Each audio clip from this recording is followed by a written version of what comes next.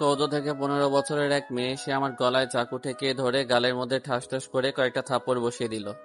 তারপর কর্কশ ভাষায় বলতে লাগলো, এই বেটা, সমস্যা কি তোর?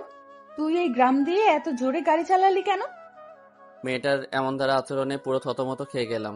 কারণ এইটুকু একটা মেয়ে, সে কিনা এসে আমার গলায় চাকু ঠেকিয়ে ধরেছে, তার উপরে আবার অপ্রত্যাশিতভাবে আমার গালে থাপ্পড় মারলো।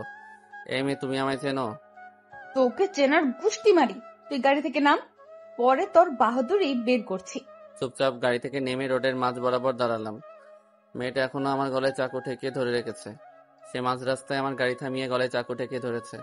বল এবার কি সমস্যা? কিসের এত বাহাদুরি তোর যে তুই এমন বেপরোয়া ভাবে গাড়ি টেনে যাচ্ছিস? দেখো, আসলে আমার একটু তাড়া আছে, তাই আমি জোরে গাড়ি টেনে যাচ্ছিলাম। তোর তারা আছে বলে তুই এভাবে গাড়ি টেনে যাবি নাকি?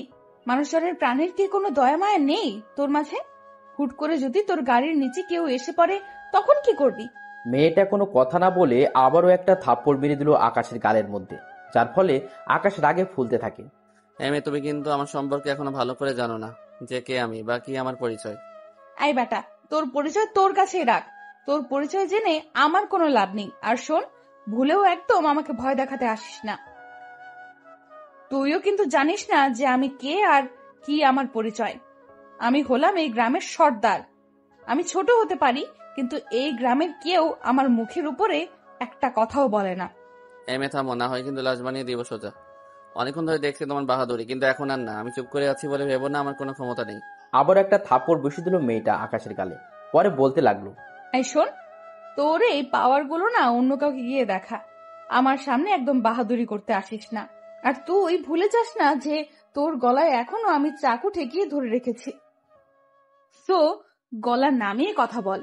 এই যে মেয়ে, আমি কিন্তু সত্যি বলছি যে তুমি অনেক বড় ভুল করছো আমার সাথে, অসভ্যতা করে। এর ফল কিন্তু ভালো হবে না। এই বেটা, কি করবি তুই? হ্যাঁ, কি করবি তুই? আকাশ এবার এতটা রেগে যায় যে সে কোমরে হাত দিয়ে পিছন থেকে মেশিনটা বের করে, যেটা দেখে মেয়েটা অট্ট হাসতে থাকে। কিন্তু আকাশ কিছু একটা ভেবে আবারও মেশিনটা কোমরে রেখে দেয়। কি রে, খেলনার পিস্তলটাকে আবার কোমরে গুজে রাখলি কেন? আকাশ আর কোনো কথা না বলে চুপচাপ দাঁড়িয়ে আছে, আর মেয়েটা আকাশের গলা থেকে চাকু নামিয়ে তার হাতের মধ্যে পেঁচিয়ে বসিয়ে দেয়। পরে মেয়েটা বলতে থাকে, শোন, বাহাদুরি না করে সোজা এখান থেকে চলে যা, কারণ তোর বাহাদুরি এখানে চলবে না। আকাশের হাত থেকে চিড়চিড়ি করে রক্ত পড়ছে, কিন্তু সে আর কথা না বাড়িয়ে গাড়িতে উঠে পড়ে। পরে সেখান থেকে গাড়ি স্টার্ট করে চলে আসে। আর সেই আকাশটা আর কেউ না, সেই আকাশটা হলো আপনাদের প্রিয় লেখক আকাশ মাহমুদ, যে কিনা গল্পের একটা মূল চরিত্র। আর আপনারা তো সবাই আকাশ মাহমুদকে চিনেনি। সো আসুন তারপরেও আবার পরিচয় করিয়ে দিয়ে দেই। আমি আকাশ মাহমুদ বরাবরের মতন আপনাদের সাথে আছি, আর পড়াশোনা এবার অনার্স সেকেন্ড ইয়ারে, পাশাপাশি বিজনেসও করছি। আর বাকি সমস্ত কিছু গল্পের সাথে থাকলেই জানতে পারবেন। রক্তাক্ত হাত নিয়ে বাসায় ফিরে এসেছি। হাত থেকে এখন চুইয়ে চুইয়ে রক্ত পড়ছে, যেটা দেখে বাসার বডিগার্ড সবাই অস্থির হয়ে গিয়েছে। স্যার, আপনার হাতে কি হয়েছে? কিভাবে কাটলো আপনার হাত? কাউকে কিছু না জানিয়ে রুমে চলে এলাম। রুমে এসে বসতেই নিচ থেকে মা চেঁচাতে চেঁচাতে উপরে উঠে এলো, কারণ তিনি কোনোভাবে শুনেছে যে আমার হাত কেটেছে। তাই তিনি উপরে ছুটে এসেছে। অবশ্য ওই নিউজ গার্ডরাই হয়তো মাকে দিয়েছে। এই আকাশ, তোর হাতে কি হয়েছে রে বাবা? তোর হাত থেকে নাকি রক্ত পড়তে দেখেছে গার্ডরা?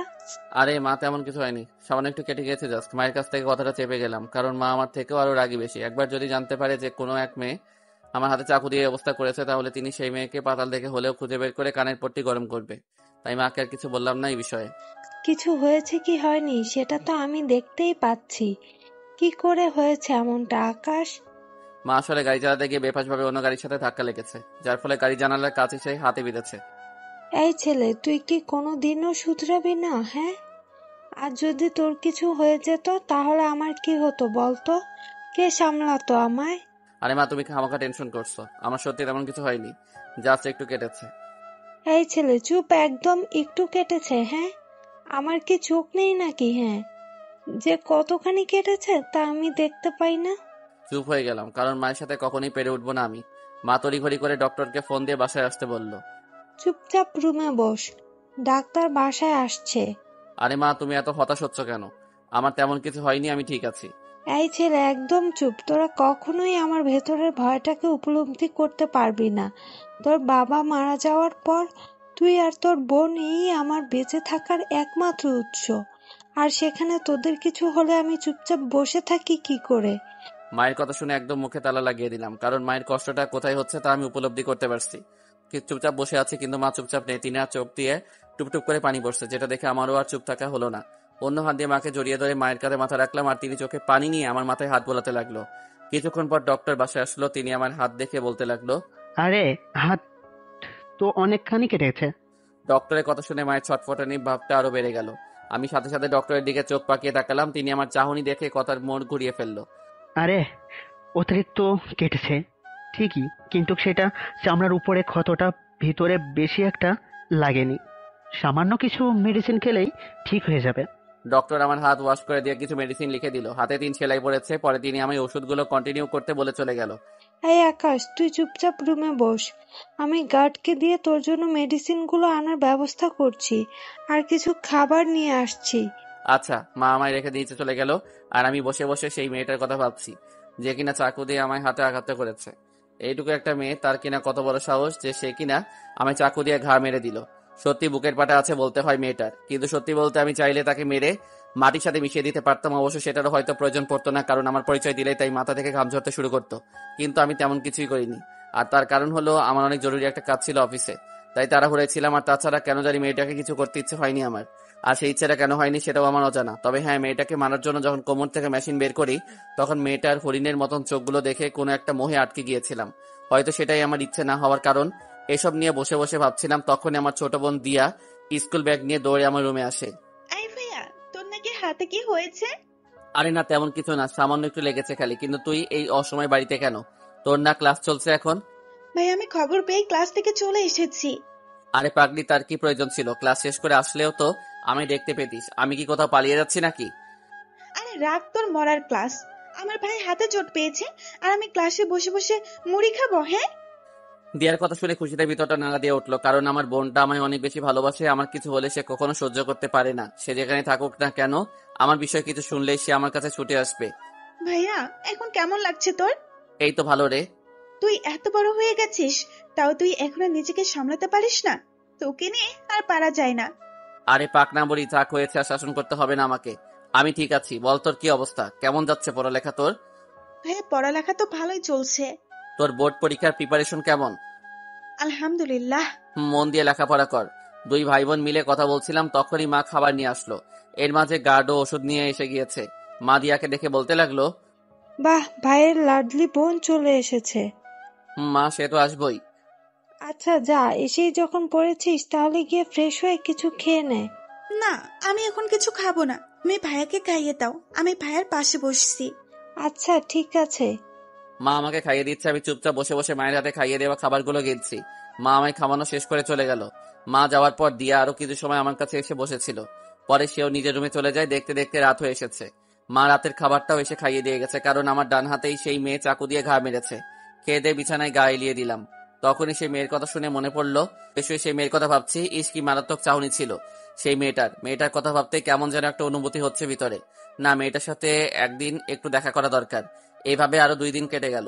3 দিনের মাথায় আমার সবচাইতে ক্লোজ সেই গার্ড ছিল, যার নাম মঞ্জুর। তাকে সমস্ত কিছু জানালাম। সে আমার কথা শুনে হতবাক হয়ে গেল। ভাই, কি এত ছোট মেয়ে আপনার হাতে চাকু মেরেছে? চলেন তো দেখি তার গ্রামে, তাকে সেখান থেকে উঠিয়ে নিয়ে আসবো সোজা। দরকার হয় শহরে থাকা আমাদের সমস্ত ছেলেপেলেকে নিয়ে সেখানে যাব। তারপর দেখব তাকে তুলে আনা থেকে কে আটকায়। দেখি কত বড় বুকের পাটা সে মেয়ে, যে আপনার গায়ে চাকু দিয়ে আঘাত করে সেই মেয়ে। আরে মঞ্জুর ভাই, তার কোনো প্রয়োজন নেই। মেয়েটা এখনো অনেক ছোট। আমি শিওর যে সে ভুল করেই এমনটা করেছে। তো তাকে উঠানোর কোনো প্রয়োজন নেই। কিন্তু হ্যাঁ, এখন আমরা দুজন সেই গ্রামে যাব। ঠিক আছে ভাই, চলেন। বডিগার্ড মঞ্জুরকে নিয়ে সেই জায়গার উদ্দেশ্যে রওনা হলাম, যেখানে মেয়েটা আমায় চাকু মেরেছিল। হয়তো সেটাই মেয়েটার গ্রাম। গাড়ি নিয়ে সেই জায়গায় চলে গেলাম। সেখানে যেতেই দেখি মেয়েটা তার বয়সের চাইতে ছোট ছোট বাচ্চাদের সাথে কানামাছি খেলছে। আমি মঞ্জুর ভাইকে দেখিয়ে বললাম, সেই মেয়েটা। ভাই, কি মেয়েটাকে গিয়ে তুলে আনবো? না, আমরাই তার কাছে যাব। আর তাকে তুলে নিয়ে যাওয়ার কোনো মাকসাদ নেই আমার। না হয় তুলে নেওয়ার হলে সেদিনই তুলে নিয়ে যেতাম। পরে আমি আর গার্ড মঞ্জুর ভাই গাড়ি থেকে নামতেই দেখি মেয়েটা খেলা বাদ দিয়ে আমাদের দিকে চোখ পাকিয়ে তাকিয়ে আছে। মঞ্জুর ভাই মেয়েটার চেয়ে থাকা দেখেই গাড়ির ভিতর থেকে হাত দিয়ে মেশিনটা হাতে উঠিয়ে নিল। মঞ্জুর ভাই মেশিনটা নিয়েছেন ঠিক, কিন্তু সেটাকে কোমরে গুজে রাখুন। ঠিক আছে ভাই। মেয়েটা আমাদেরকে দেখতে পেয়ে খেলা বাদ দিয়ে রেখে আমাদের দিকে এগিয়ে আসলো। এই যে আপনি আবার এখানে কি করছেন? মেয়েটার কথা বলার ভঙ্গিমা দেখে বেশ অবাক হলাম, কারণ মেয়েটা সেদিন তুই তুকারি করছিল, আর আজকে আপনি করে কথা বলছে। কি হলো, কথা বলছেন না যে?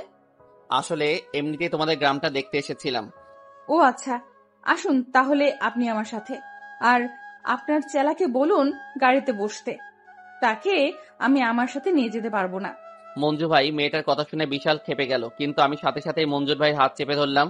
মঞ্জুর ভাই আমার হাত চেপে ধরা দেখে চুপচাপ গাড়িতে গিয়ে বসলো, আর মেয়েটা আমায় তার সাথে যেতে বলল। মেয়েটার পিছন পিছন হাঁটছি। কিছুটা দূর যেতেই দেখি বিশাল একটা গ্রাম। মেয়েটা আমাকে তার গ্রাম দেখানো বাদ দিয়ে রেখে তার বাসায় নিয়ে গেল। কি হলো, তুমি আমায় এখানে আনলে কেন? চুপচাপ বসুন, আমি একটু আসছি। আমি চুপচাপ বসে আছি। কিছুক্ষণ পর মেয়ে হাতে করে একটা নাস্তার ট্রে নিয়ে আসলো, যেটাতে সম্ভবত খিচুড়ি রয়েছে। এই যে এসব কি করছো? এই বেটা, তুই চুপচাপ বসতে পারিস না? তোর সব কিছুতে প্রশ্ন করতে হয় কেন, হ্যাঁ? মেয়েটার কথা শুনে চুপচাপ হয়ে গেলাম, কারণ মেয়েটার ঘাড়ের রগ যে মোটা সেটা আমার বুঝতে বাকি নেই। সে কিছুক্ষণ আমাকে আপনি করে বলছে, আবার কিছুক্ষণ তুই। আমি চুপচাপ বসে আছি, তখনই সেই মেয়েটা নাস্তার ট্রে থেকে খিচুড়ির বাটিটা উঠিয়ে নেয়, পরে নিজেই হাত ধুয়ে আমার সামনে খাবারের লোকমা ধরে। আমি চোখ পাকিয়ে মেয়েটার দিকে তাকিয়ে আছি। আরে এত অবাক হওয়ার কিছু নেই, আপনি আমাদের এলাকার মেহমান, তাই একটু খাতির যত্ন করছি। আবার তার উপরে আপনার হাতে আমি নিজেই আঘাত করেছি, যার কারণে আপনি আপনার হাতে খেতে পারবেন না, তাই নিজের হাতেই আপনাকে খাইয়ে দিচ্ছি। কি হলো, হা করুন। বাধ্য ছেলের মতন এই পিচ্চি মেয়েটার কথাই হা করলাম, আর সে আমায় খাওয়াতে শুরু করলো। আমায় খাওয়ানো শেষ করে হাত ধুয়ে নিয়ে আমার ক্ষত হাতটার মধ্যে নিজের হাত দিয়ে ছোঁয়াতে শুরু করলো। মেয়েটার আচরণে একটার পর একটা অবাকই হচ্ছি খালি, কিন্তু আমি কোনো কথা বা কোনো ধরনের রেসপন্সই করছি না। হুট করে সে আমার হাতটা উঠিয়ে নিয়ে তার নরম ঠোঁট দিয়ে চুমু খেতে আরম্ভ করলো। মেয়েটার এমন আচরণে আমি যেন আর আমার মধ্যে নেই, হারিয়ে গেছি কোনো এক কল্পনার রাজ্যে। হুট করেই সে আমার হাতটা উঠিয়ে নিয়ে তার নরম ঠোঁট দিয়ে চুমু খেতে আরম্ভ করলো। মেয়েটার এমন আচরণে আমি যেন আর আমার মধ্যে নেই, হারিয়ে গেছি কোনো এক কল্পনার রাজ্যে। কিন্তু হুট করে সে আবার মুহূর্তের মধ্যে আমার হাত ঝাড়ি দিয়ে দূরে ঠেলে দেয়। অবাকের চরম সীমায় পৌঁছে গিয়েছি আমি মেয়েটার এমন আচরণে। তখনই সে নরম সুরে বলে, দেখুন, আপনি কিছু মনে করবেন না, আসলে আমি বেখেয়ালি ভাবে এমনটা করে ফেলেছি। কিন্তু সত্যি বলতে আমার অনেকটা খারাপ লাগছিল আপনার হাতে চাকু দিয়ে আঘাত করার পর থেকে, তাই হয়তো নিজের খেয়াল হারিয়ে বেখেয়ালি হয়ে গিয়েছি। প্লিজ আপনি কিছু মনে করবেন না। আমি মেয়েটার দিকে চোখ পাকিয়ে তাকিয়ে আছি, কারণ তার কথাবার্তার ধরন এতটা সুন্দর যে তার থেকে চোখ ফেরাতেই ইচ্ছে করছে না। এই যে মিস্টার, কোথায় হারিয়ে গেলেন আপনি? এবার মেয়েটার বেখেয়ালি ভাবটা আমার মধ্যে বিরাজ করেছে। এই যে মেয়ে, তুমি চাইলে আরো চুমু খেতে পারো, কোনো আপত্তি নেই তাতে। ইচ্ছে হলে সারাদিন আমাকে তোমার সামনে বসিয়ে রেখে তোমার নরম ঠোঁটের ছোঁয়া তুমি আমার হাতে দিতে পারো, এতে আমি বিন্দু পরিমাণও রাগ করব না। এই যে মিস্টার, কিসব উল্টাপাল্টা কথা বলছেন আপনি, হ্যাঁ? মাথাটা কি খারাপ হয়ে গেছে নাকি আপনার?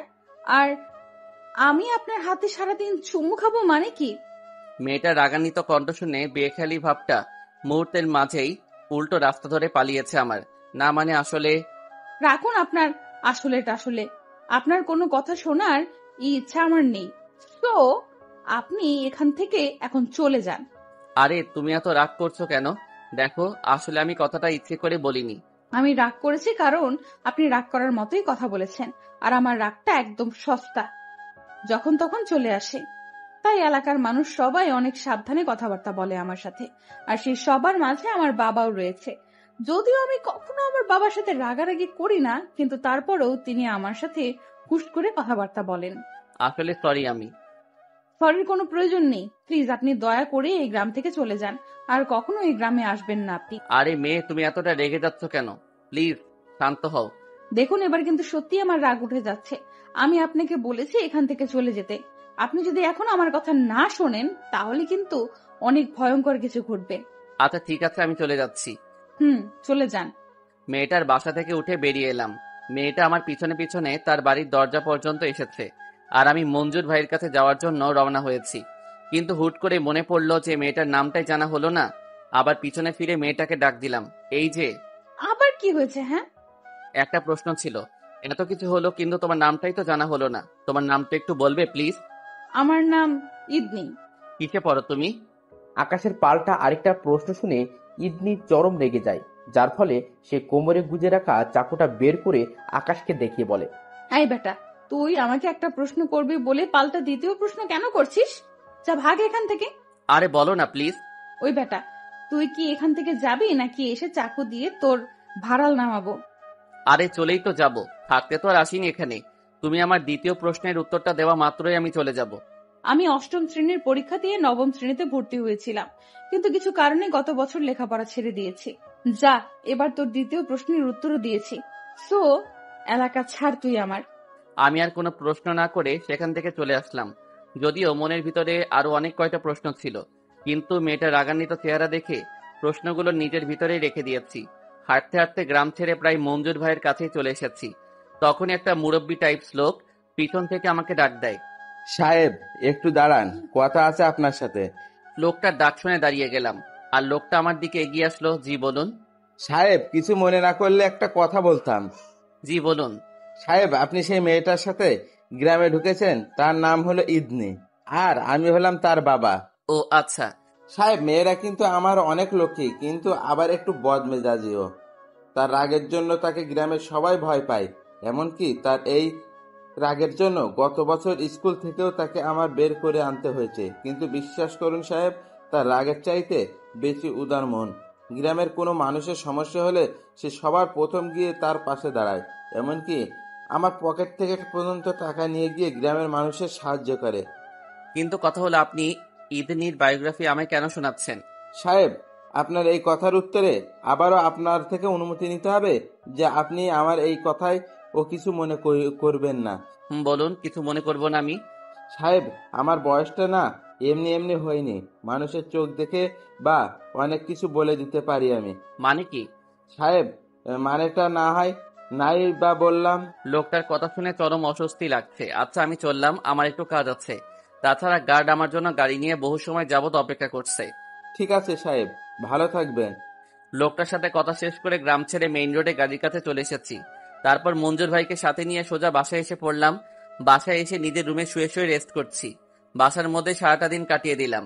দেখতে দেখতে দিনের আলো নিভে গিয়ে রাতের আধার ঘনিয়ে এলো। মা নাস্তা নিয়ে রুমে এসেছে। কি বাবা, তুই সারাদিন রুমে শুয়ে বসে কি করছিস? নিজেও তো যেতে পারিস সবার সাথে কথাবার্তা বলার জন্য। না মা, তেমন কিছু না। আসলে ইদানিং কেন জানি শুয়ে বসে থাকতেই ভালো লাগে। এই এই না না, এটা করা যাবে না একদম। শরীরকে অলস বানানো মোটেও ভালো কথা নয় কিন্তু। আরে না মা, তেমন কিছু না। এমনিতে শুয়েছিলাম আজকে, আর কাল থেকে তো কলেজ আর অফিসে যাব ভাবছি। ঠিক আছে, যদি সুস্থ মনে হয় শরীর, তাহলেই সবকিছু আবার কন্টিনিউ কর। আচ্ছা নে, এবার মুখ খোল। তোকে নাস্তাগুলো খাইয়ে দিয়ে নিচে যেতে হবে আমার আবার। মা আমায় নাস্তা খাইয়ে দিয়ে নিচে চলে গেল, আর আমি ফোন হাতে নিয়ে কিছুটা সময় ফেসবুকিং করলাম। সন্ধ্যায় কেটে গিয়ে মধ্যরাতের প্রহর শুরু হয়েছে। মা আমায় আবার টাইম করে এসে খাইয়ে দিয়ে গেল। আমি ওষুধকে ঘুমানোর উদ্দেশ্যে বিছানায় গা এলিয়ে দিয়েছি, কিন্তু ঘুম যেন আসতেই চাইছে না। বিছানার এপাশ ওপাশ ছটফট করছি খালি। তখনই মনের ভিতরের ভাবনা চিন্তাগুলো সেই মেয়ের দিকে মোড় নিল। শুয়ে শুয়ে তার কথা ভাবছি। ইস কি মায়াবী চেহারা মেয়েটার। জানি না কেন জানি মেয়েটাকে নিয়ে ভাবতে ইচ্ছে করে খালি। তাকে নিয়ে ভাবলে কেমন যেন নিজের দুনিয়া ভুলে গিয়ে অন্য দুনিয়ায় চলে যাই আমি। এই যে দেখেন, ছটফট করছিলাম বিছানায় শুয়ে শুয়ে, কিন্তু মেয়েটাকে নিয়ে কল্পনা জল্পনা করতেই ছটফটানি ভাবটা কোথায় যেন উদাও হয়ে গিয়েছে। মেয়েটাকে নিয়ে মনের ভিতরে একটা কল্পনার রাজ্য তৈরি করলাম, কিন্তু হুট করে সেই রাজ্যে ভাটা পড়লো। এই আমি কি পাগল টাগল হয়ে গেলাম নাকি? মনে তো হচ্ছে তাই হয়েছি। না হয় এতটুকু একটা মেয়েকে নিয়ে আমার মনে কিসের এত ফিলিংস? কোথায় আমার বয়স 21-22, আর সেই মেয়ের বয়স 14-15। মনের ভিতরে তোলপাড় শুরু হয়ে গিয়েছে, কারণ মেয়েটার বয়সের কথা চিন্তা না করে তাকে নিয়ে কল্পনার রাজ্য তৈরি করছি আমি। না, আমার এটা ঠিক হচ্ছে না, কিন্তু আবার মনও মানছে না। দুনিয়ার সমস্ত অস্থিরতা বিরাজ করেছে আমার মধ্যে। কি করব ভেবে পাচ্ছি না। মাথা পুরো জ্যাম খেয়ে আছে। না, এখন ঘুমিয়ে যাওয়া প্রয়োজন। সকাল হলে ঠান্ডা মাথায় ভাববো মেয়েটাকে নিয়ে। চিন্তা ভাবনা মতন ঘুমিয়ে পড়লাম। সকাল হতেই ঘুম থেকে উঠেই সেই বিষয়টা নিয়ে ভাবতে শুরু করলাম। কিছুক্ষণ ভাবতে একটা সলিউশন বেরিয়ে এলো, যে সবসময় দুনিয়ার সমস্ত কিছু নিয়ম মাফিক হয় না। কিছু সময় অনিয়ম করেও অনেক কিছু হয়। আর আমিও না হয় অনিয়ম করে মেয়েটাকে আপন করব। হ্যাঁ, অপ্রত্যাশিত ঘটনা আমি রটাবো। মেয়েটাকে আপন করে নিয়ে তারপর রেডি হয়ে গাড়ি নিয়ে কলেজে চলে গেলাম। কলেজে যেতেই প্রিন্সিপালের ডাক পড়লো, তাই স্যারের রুমে চলে গেলাম। জি স্যার বলুন, আমায় কেন ডেকেছেন? আকাশ, আসলে একটা সমস্যায় পড়েছি আমি। কি সমস্যা স্যার? কিছুদিন আগে তো পুরো কলেজে পরীক্ষা হয়েছে। সেই পরীক্ষায় প্রথম সেমিস্টারে একটা মেয়েকে আটকিয়েছি আমি, কারণ সে অনেক কয়টা বিষয়ে ফেল করেছে। কিন্তু আজ তার ভাই ছেলে পেলে নিয়ে আমার পথ আটকায়, আমার শাসিয়েছে যে তাকে যদি সেকেন্ড ইয়ারে মানে তোমাদের ক্লাসে না উঠায় তাহলে সে আমার 12টা বাজাবে। সে আমাকে আজকের দিনটা সময় দিয়েছে। আমি বাড়ি ফেরার পথে নাকি তারা আমার আবার আটকাবে।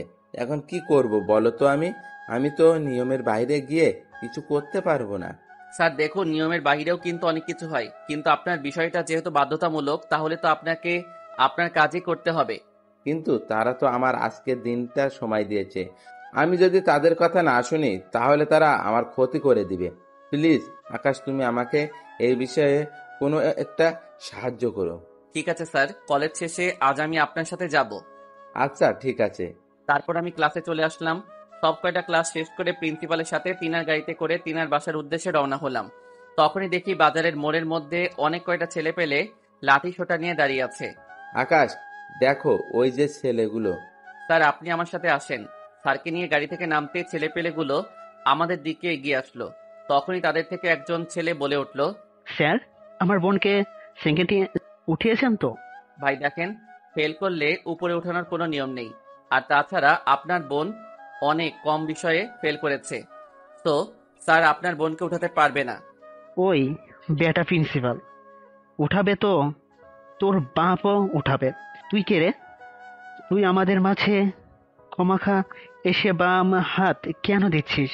ভাই ঠিকঠাক মতন কথা বল, না হয় কিন্তু। না হয় কিন্তু কি? কি করবি তুই? ছেলেটার কথা শুনে আকাশের মেজাজ চটে যায়। সে কোমর থেকে পিস্তল বের করে সোজা গিয়ে সেই ছেলের কলার চেপে ধরে। বল এবার কি বলবি। ছেলেগুলো আকাশের হাতে পিস্তল দেখে ঘাবড়ে যায়, যার ফলে ছেলেগুলো একদম চুপচাপ হয়ে যায়। কিন্তু আকাশ চুপচাপ থাকার পাবলিক নয়, কারণ বেয়াদবের সাথে বেয়াদবি করা সে ভালো করেই জানে। তাই সে সেই ছেলেটার কলার ছিঁড়ে দিয়ে গালের মধ্যে কষে একটা লাগিয়ে দেয়। তারপর বলতে থাকে, স্যারের সাথে অসভ্যের মতন আচরণ করলি কোন সাহসে তুই? কত বড় সাহস যে তুই স্যারের মতন সম্মানিত মানুষের সাথে বেয়াদবের মতন আচরণ করিস? ছেলেটা একদম বোবা হয়ে গিয়েছে, আর তার সাথে ছেলেপিলে যারা আছে তারা তো একদম যেন কিছুই জানে না। ছেলেটা চুপচাপ থাকা দেখে আকাশ আবার তার কলার চেপে ধরে। কিরে এখন কথা বলছিস না কেন? কিসের এত পাওয়ার তোর? তুই চিনিস আমি কে? তখনই পিছন থেকে কেউ একজন এসে শার্টের কলার চেপে ধরার মতন করে পিছন থেকে আকাশের শার্ট চেপে ধরে। আকাশ ছেলেটাকে ছেড়ে দিয়ে পিছনে ঘুরতেই দেখে ইদনি তার শার্ট পিছন চেপে ধরে তার দিকে ভয়ানক দৃষ্টিতে তাকিয়ে আছে। ইদিনি, তুমি হঠাৎ এখানে কি করছো? আমি আমার বাবার সাথে কেনাকাটা করার জন্য এখানে এসেছি, কিন্তু তুই বল যে তুই খোলা বাজারের মধ্যে গুন্ডামি মাস্তানি কেন করছিস? এতটা জঘন্য কেন তুই? ইদিনি, আমার শার্ট ছাড়ো তুমি। না, আমি তোর শার্ট ছাড়বো না। তুই বাজারে গুন্ডামি কেন করবি? ইদিনি দেখো, তুমি কিন্তু এসবের পিছনের আসল কাহিনী জানো না। আমি জানি আর না জানি সেটা বড় বিষয় না। কথা হচ্ছে তুই খোলা বাজারের মধ্যে গুন্ডামি করছিস, যেটা আমি করতে দেব না। এই ভাইয়া, আপনারা চলে যান, আমি দেখছি এই ছেলেকে। ইদনির কথা শুনে প্রিন্সিপালের সাথে ঝামেলা করতে আসা ছেলেপিলেগুলো সেখান থেকে চলে যায়। ইদিনি, এখন কিন্তু খুব খারাপ হবে বলে দিলাম। তুমি ভালোই ভালোই আমার শার্ট ছাড়ো। এই বেটা, একদম দাদাগিরি দেখাতে আসবি না বলে দিলাম। মনে রাখবি সব সময় যে ইদনি কারোর ধার ধারে না। ইদনির কথা শুনে চরম রাগ উঠে গেল। কষে একটা থাপ্পড় বসিয়ে দিলাম ইদনির গালের মধ্যে, যার ফলে সাথে সাথে সে আমার শার্ট ছেড়ে দিয়ে কয়েক হাত দূরে সরে যায়। আর দূরে সরে গিয়ে গালে হাত দিয়ে কান্না জড়িত ভঙ্গিতে আমার দিকে চেয়ে থাকে, কারণ সে হয়তো ভাবতেও পারিনি যে আমি তাকে এমনভাবে বাজারের লোকজনের সামনে থাপ্পড় বসিয়ে দিব। তখনই তার বাবা আমার সামনে আসে আর ইদনিকে বলে, ইদনিমা, তুই গিয়ে আমাদের গ্রামে সিরিয়াল করার সেই গাড়িগুলোর আছে সেটাতে গিয়ে উঠে বস, আমি ওনার সাথে একটু কথা বলবো। ইদনি তার বাবার কথা মতন লাইনে দাঁড় করিয়ে রাখা একটা গাড়িতে গিয়ে বসলো, যেটা তাদের গ্রামেই যাবে। সাহেব, আমার মেয়েটা না বুঝে আপনার কাজে এসে বাধা দিয়ে ফেলেছে, প্লিজ আপনি কিছু মনে করবেন না। দেখুন, যা মনে করার তা একটু আগে করে ফেলেছি, কারণ সব জায়গায় মাথা ঘামালে হয় না। আপনারা হয়তো দেখছেন যে আমি পিস্তল হাতে নিয়ে সেই ছেলেগুলোকে শাসাচ্ছিলাম, কিন্তু তার মানে এই নয় যে আমি গুন্ডা মাস্তান। সেই ছেলেগুলো ওই যে দেখছেন দাঁড়িয়ে আছে ভদ্রলোক, যে কিনা আমাদের কলেজের প্রিন্সিপাল, তিনাকে শাসাচ্ছিল। তাই তাদেরকে শায়েস্তা করার জন্য এখানে এসেছি। কিন্তু ইদনি তার মাঝে এসে হাঙ্গামা শুরু করে দিল। সাহেব, ইবনির তরফ থেকে আমি আপনার কাছে ক্ষমা চাইছি। প্লিজ আপনি আমার মেয়েকে মাফ করে দিন। আসলে আমার মেয়েটা অত শত বুঝে না, তাই সে না বুঝে এমন করে ফেলেছে। কিন্তু আশা করি সে আপনার সাথে মানিয়ে নিতে পারবে। আর দেখবেন যখন সে আপনার সাথে পুরোপুরি মিশে যাবে, তখন সে আপনার কথা ছাড়া এক চুল পরিমাণও নড়বে না। মানে কি বলতে চাইছেন আপনি? সাহেব, মানেটা আমার চাইতে কিন্তু আপনার ভালো করে জানা। সাহেব, আমার নাম্বারটা রাখেন আপনি। প্রয়োজন হলে আমার সাথে যোগাযোগ করবেন। ঠিক আছে। তিনি নাম্বার বলল, আর আমি নাম্বারটা ফোনের ডায়ালে তুলে সেভ করে নিলাম। সাহেব, এখন আসি। লোকটা চলে গেল, আর আমি এখনো ভ্যাবাচাকা খেয়ে দাঁড়িয়ে আছি। তখনই প্রিন্সিপাল স্যার এসে আমার কাঁধে হাত রাখে আর বলে, আকাশ, মেয়েটা কে ছিল? স্যারের প্রশ্নের উত্তরে কি বলবো ভেবে পাচ্ছি না, তাই চুপচাপ দাঁড়িয়ে থাকলাম। আকাশ, সমস্যা নেই, উত্তর দিতে হবে না। আমি যা বুঝার তা শুরুতেই বুঝিয়ে নিয়েছি। কারণ এখন কোনো বাপের বেটা নাই যে তোমার গায়ে এসে হাত দেবে। কিন্তু সেই মেয়ে এসে যখন তোমার শার্ট চেপে ধরেছে, তার মানে সে তোমার আপন কেউ লাগে। আর কোন কাতারের আপন তা তোমার নিরাপত্তা দেখে বুঝে নিয়েছি আমি। স্যারের কথা শুনে লজ্জায় মাথা কাটা যাচ্ছে মতন অবস্থা, শরমে মাথা নুইয়ে রেখেছি। আরে আকাশ, লজ্জা পাওয়ার কিছু নেই। আমি এখন কলেজের বাইরে আছি। তুমি এখন আমাকে প্রিন্সিপাল না ভাবলেও পারো। তবে হ্যাঁ, একটা কথা বলি, মেয়েটা খুব মায়াবী। যদি সম্ভব হয় অতি দ্রুত তাকে বিয়ে করে নাও। কারণ আজকালকার মেয়েরা একটু বড় হলে নিজের ভার্জিনিটি হারিয়ে বসে, না হয় নিজের ইচ্ছায় বিলিয়ে দেয়। সো যত তাড়াতাড়ি বিয়ে করবে ততই মুসিবত কম। আর তাছাড়াও আমার মতে তুমি এখন পরিপূর্ণরূপে ইস্টাবলিশ। কারণ তোমার পড়ালেখার পাশাপাশি বিজনেস আছে, তার নাম ডাক তো আছেই মাশাল্লাহ। সো পড়ালেখা না করলেও চলে তোমার। পড়ালেখার চিন্তা করে এমন মেয়েকে হাতছাড়া করা বোকামি হবে তোমার। তাই ভালোভাবে একটু ভেবে দেখো। আচ্ছা, আমি এখন চলে যেতে পারবো। আর তোমাকে একটা গাড়ি ঠিক করে দিছি, তুমি বাসায় চলে যাও। না না স্যার, তার কোনো প্রয়োজন নেই। আরে প্রয়োজন তোমার না থাকলেও আমার আছে, কারণ তুমি আমার প্রয়োজনে এসেছো। সো আমি গাড়ি ঠিক করে দিচ্ছি। স্যার একটা সিএনজি ঠিক করে দিল। তিনি সিএনজিওয়ালাকে ভাড়াও দিয়ে দিয়েছে। সিএনজি করে বাসায় চলে আসলাম। অন্যদিকে আমার ড্রাইভার গিয়ে গাড়ি নিয়ে এসেছে কলেজ থেকে। কারণ কলেজ থেকে বের হয়ে তাকে মেসেজ করে বলেছি যে কলেজের সামনে থেকে আমার গাড়ি বাসায় নিয়ে যেতে। তাই সে কথা মতন গাড়ি নিয়ে বহু আগে বাসায় চলে এসেছে। তারপর বাসায় এসে ফ্রেশ হয়ে বসে আছি। একটু পর দিয়া এসে ডেকে গেল খাবারের জন্য। তাই নিচে চলে গেলাম খাবার খেতে। মা নিজ হাতে খাবার খাইয়ে দিয়েছে। তারপর খেতে উপরে চলে এসেছি, কারণ একটু রেস্ট করা দরকার। বিছানায় শুয়ে আছি। তখনই ইবনির কথা মনে পড়ল। যে মেয়েটাকে আজকে আমি ভরা বাজারের মানুষজনের সামনে থাপ্পড় মেরেছি, এটা মনে পড়তেই কেমন যেন মনটা খারাপ হয়ে গেল। না, মেয়েটাকে সরি বলা উচিত, কিন্তু কিভাবে সরি বলবো সেটাই ভেবে পাচ্ছি না। তখনই মনে পড়ল যে ইদনির বাবার নাম্বার আমার কাছে আছে। সাথে সাথে ইদনির বাবার নাম্বারে ফোন দিলাম। তিনি ফোন রিসিভ করতে সালাম দিলাম টিনাকে। তিনি আমার সালামের উত্তর দিয়ে বলল, জি সাহেব, বলেন। লোকটার কথা শুনে বেশ অবাক হলাম, কারণ তিনি আমার সালাম শুনেই অনুমান করে নিয়েছে যে আমি কে। বাহ, বেশ তুখোড় সেন্স তো লোকটার। আসলে আমি একটু ইদনির সাথে কথা বলতে চাই। ঠিক আছে, আমি ইদনিকে ফোনটা দিচ্ছি। তিনি গিয়ে ইদনিকে ফোন দিয়ে বলল আমি তার সাথে কথা বলতে চাই। ইদনি ফোনটা হাতে নিয়ে বলল, এই গুন্ডা, তুই কি করতে ফোন করেছিস? ইদনি আসলে আমি সরি। আসলে আমার চরম রাগ উঠেছিল তখন তোমার আচরণে, তাই রাগ সামলাতে না পেরে তোমায় এতগুলো মানুষের সামনে থাপ্পড় মেরেছি। এই গুন্ডা, রাখ তোর সরি। তুই কে রে ভাই? কি হোস তুই আমার? তুই তো আমার কিছুই না। না তুই আমার কিছু হোস, আর না আমার পরিবারের। তুই সরি বলার ফর্মালিটি পালন করার কি আছে?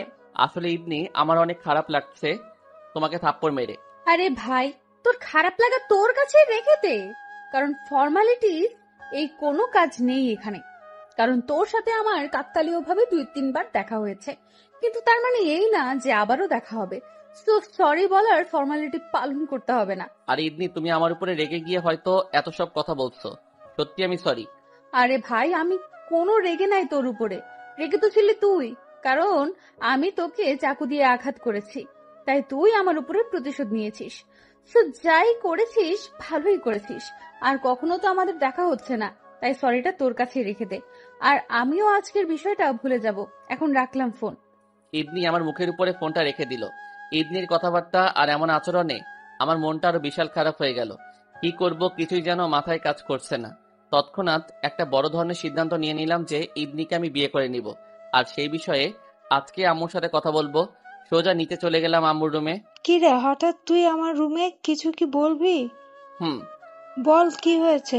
মা, আমার একটা মেয়েকে পছন্দ হয়েছে, তাকে আমি বিয়ে করতে চাই। বাহ, এ তো বেশ ভালো কথা।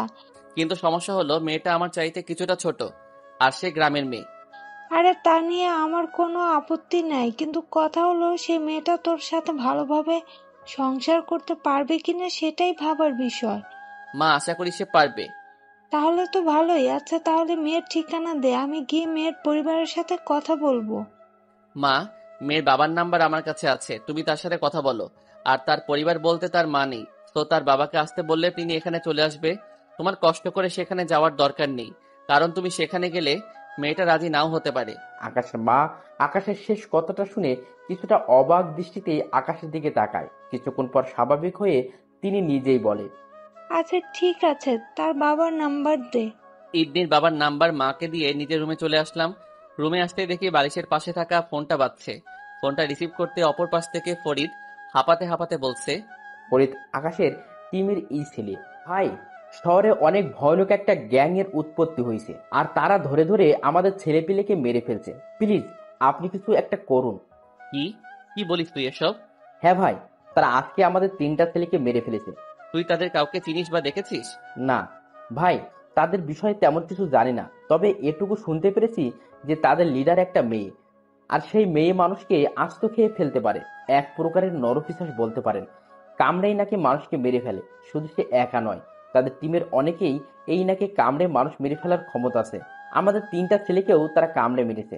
আমাদের ছেলেপিলের লাশ পাওয়ার পর তাদের গলার নিচে কারো দাঁতের চিহ্ন পেয়েছি, যেই চিহ্নটা একদম গলার চামড়া থেকে নিয়ে শুরু করে গলার রক পর্যন্ত গিয়েছে।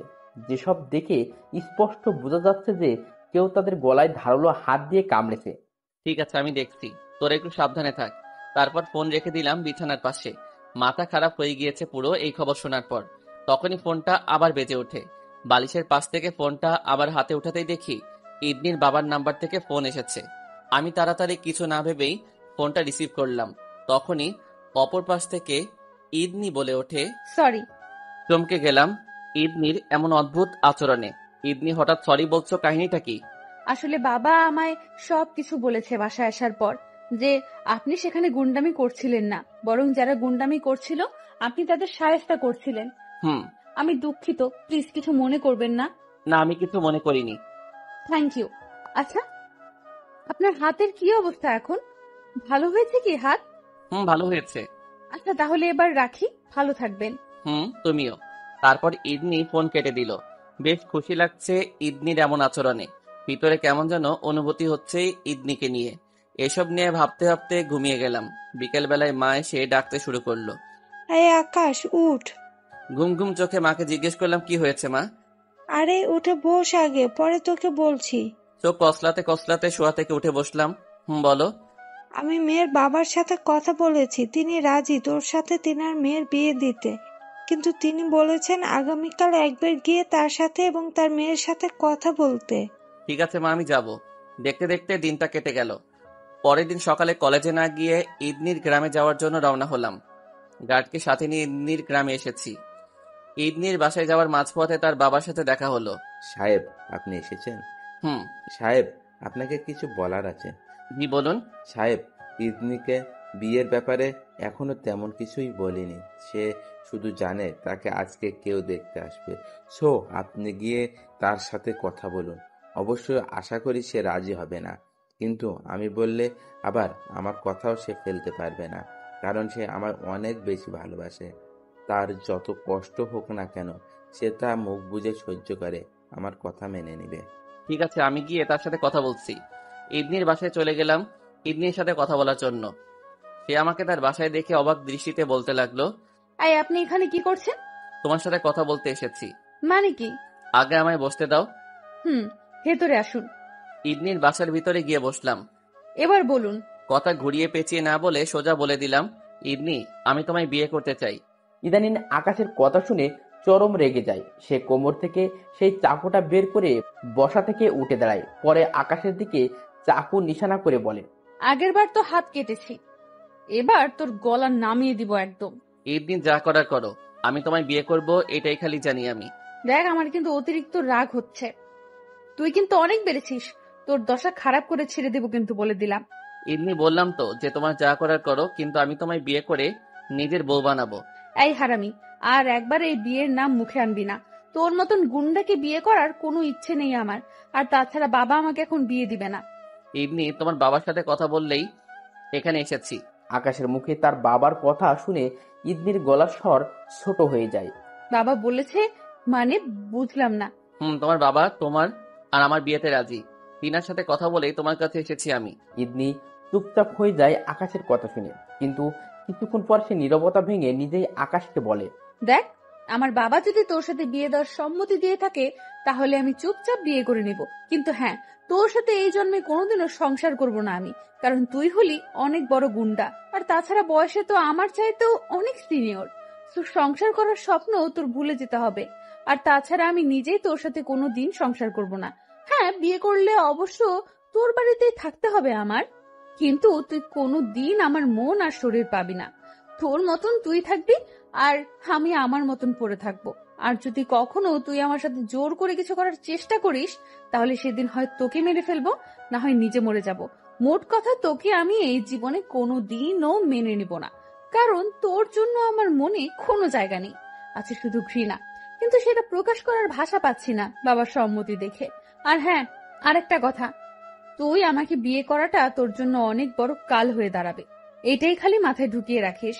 ইদনির কথা আকাশ এক কান দিয়ে ঢুকিয়ে অন্য কান দিয়ে বের করে দেয়, কারণ সে আগে থেকে জানতো ইদনি এমন কিছু করবে বা বলবে।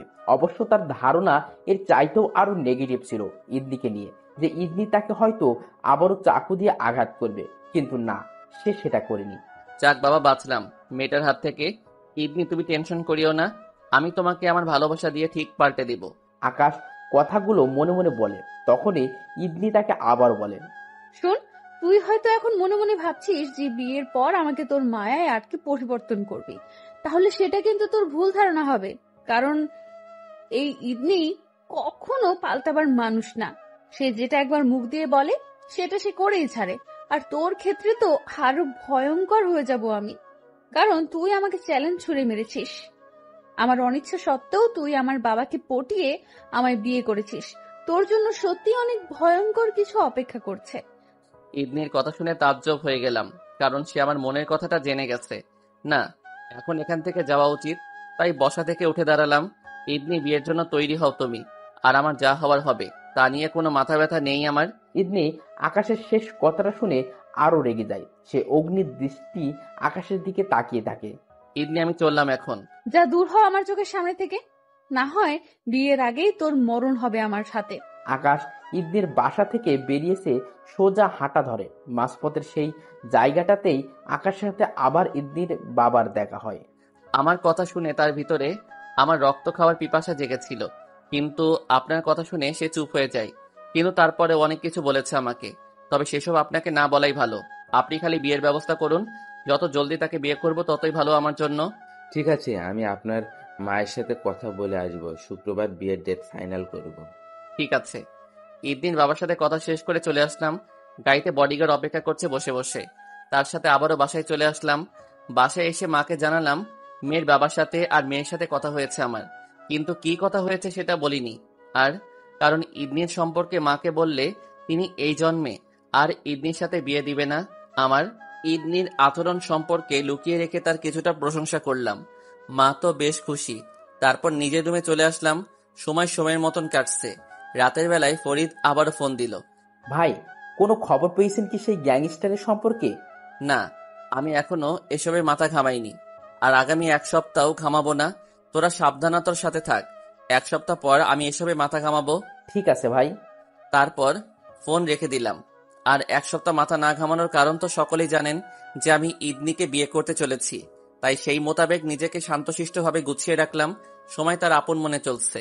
দেখতে দেখতে বিয়ের দিন চলে এসেছি। বিয়ের সমস্ত ফর্মালিটি শেষ করে ঈদনিকে আপন করে নিয়েছি। বাসর ঘরে ঈদনি বসে আছে, আর আমি বাসর ঘরের সামনে দাঁড়িয়ে দাঁড়িয়ে ঈদনির সম্পর্কে ভাবছি। তখনই মা এসে এত ভাবাভাবির কিছু নেই, পছন্দ করে বিয়ে করছিস তো এত ভাবার কি আছে, যা ভেতরে যা।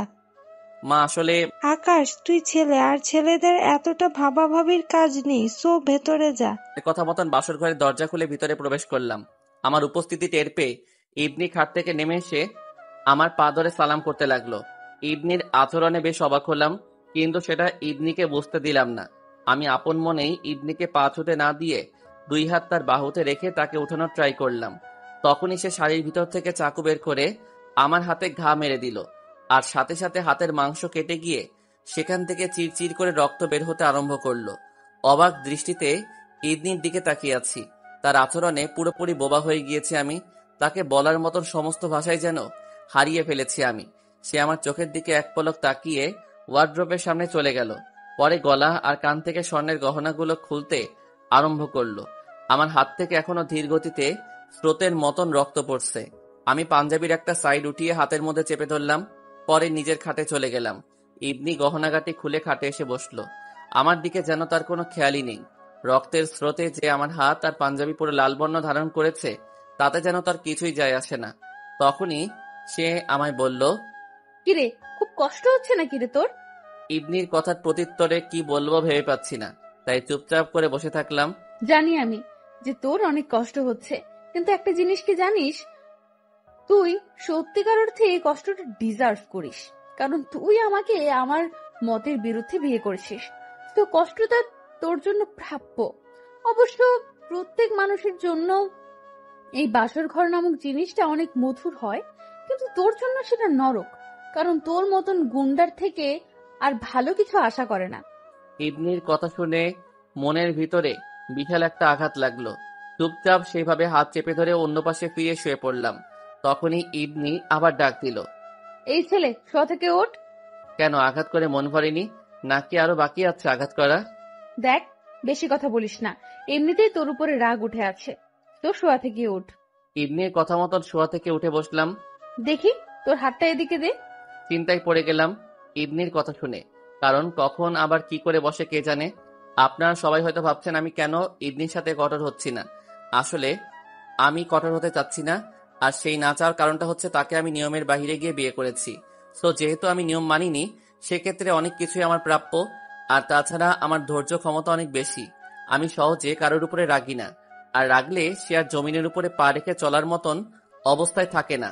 কিরে, হাত এগিয়ে দিতে বলেছি না? ইবনির দিকে হাত এগিয়ে দিলাম।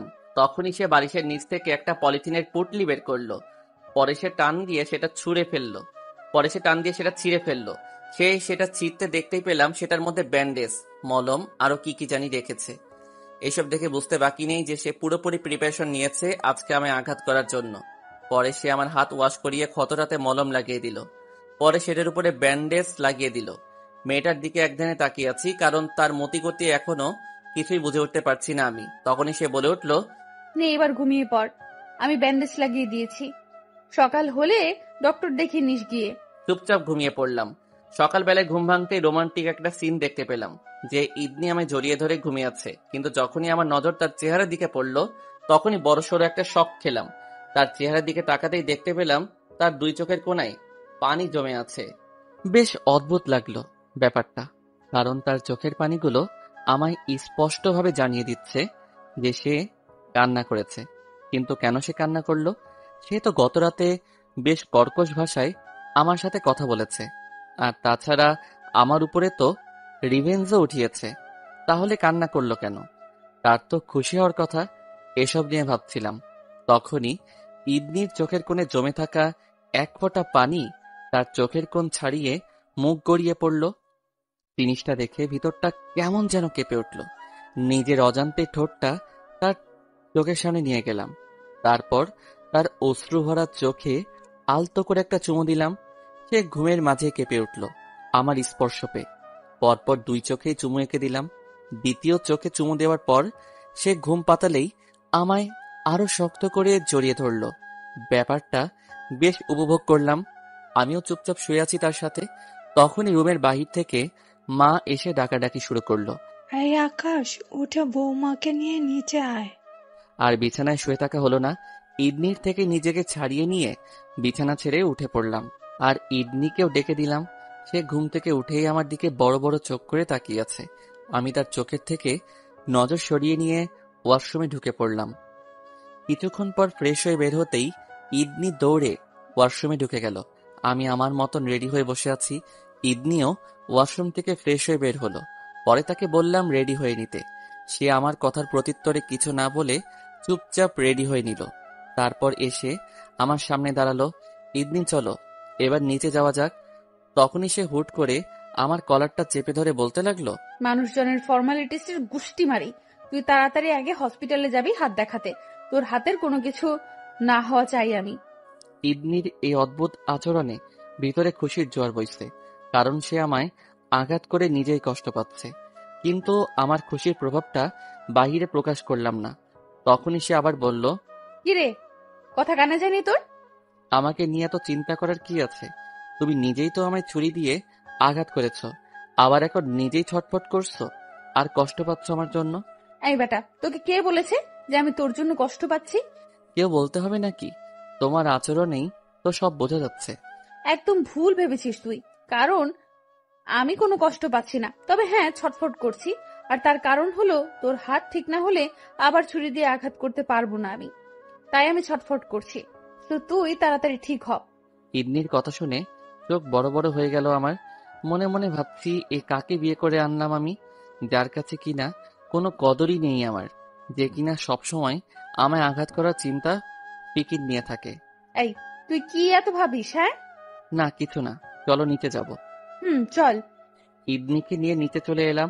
বাড়িতে অনেক লোকজন এসেছে নতুন বউ দেখতে। সবাই অনেক খুশি ইদনির উপরে, কারণ তাদের মনের মতন মেয়ে পেয়েছে তারা। সবাই ইদনিকে নিয়ে ব্যস্ত হয়ে পড়েছে, আর আমি এক জায়গায় বসে কল্পনার জগতে পাড়ি জমিয়েছি যে আমি আকাশ বাহিরের মানুষের জন্য জমের চাইতেও কম না। মানুষ আমার আসল পরিচয় জানলেই কপালে হাত তুলে সালাম দেয়। সে আকাশকে কিনা এই মেয়ে যখন তখন চাকু দিয়ে আঘাত করছে, সে আকাশের সাথেই কিনা এই মেয়ে কর্কশ ভাষায় কথাবার্তা বলছে।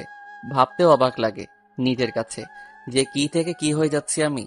তবে হ্যাঁ, অন্যদিকে ঠিক আছি আমি, কারণ রাজত্ব সবার সাথে করা গেলেও ঘরের মানুষের সাথে করা যায় না। তাও যদি হয় আবার ভালোবাসার মানুষ। আমি মেয়েটার সাথে কখনোই নিজের জোর খাটাবো না, তাকে ভালোবাসা দিয়ে আপন করে নেওয়ার চেষ্টা করব। তখনই দিয়া এসে চিমটি দিল। কিরে ভাইয়া, কি এত ভাবছিস? আরে এমনি কিছু না। তা তো দেখতেই পাচ্ছি। অবশ্যই তুই ভাবের কথা ভাবছিস। আরে না। তুই না বললে কি আমি বিশ্বাস করব না? শোন, আমিও কিন্তু তোর বোন, মনে রাখিস। তোর রাগ কিন্তু আমি চিনি। অনেক পেকে গেছিস তুই। বয়স হয়েছে তো পারবো না। আচ্ছা বাদ দে এখন এসব কথা, চল নাস্তা করবি। দিয়ার সাথে নাস্তা করতে চলে গেলাম। অনেক মানুষ একই টেবিলে নাস্তা করতে বসেছে।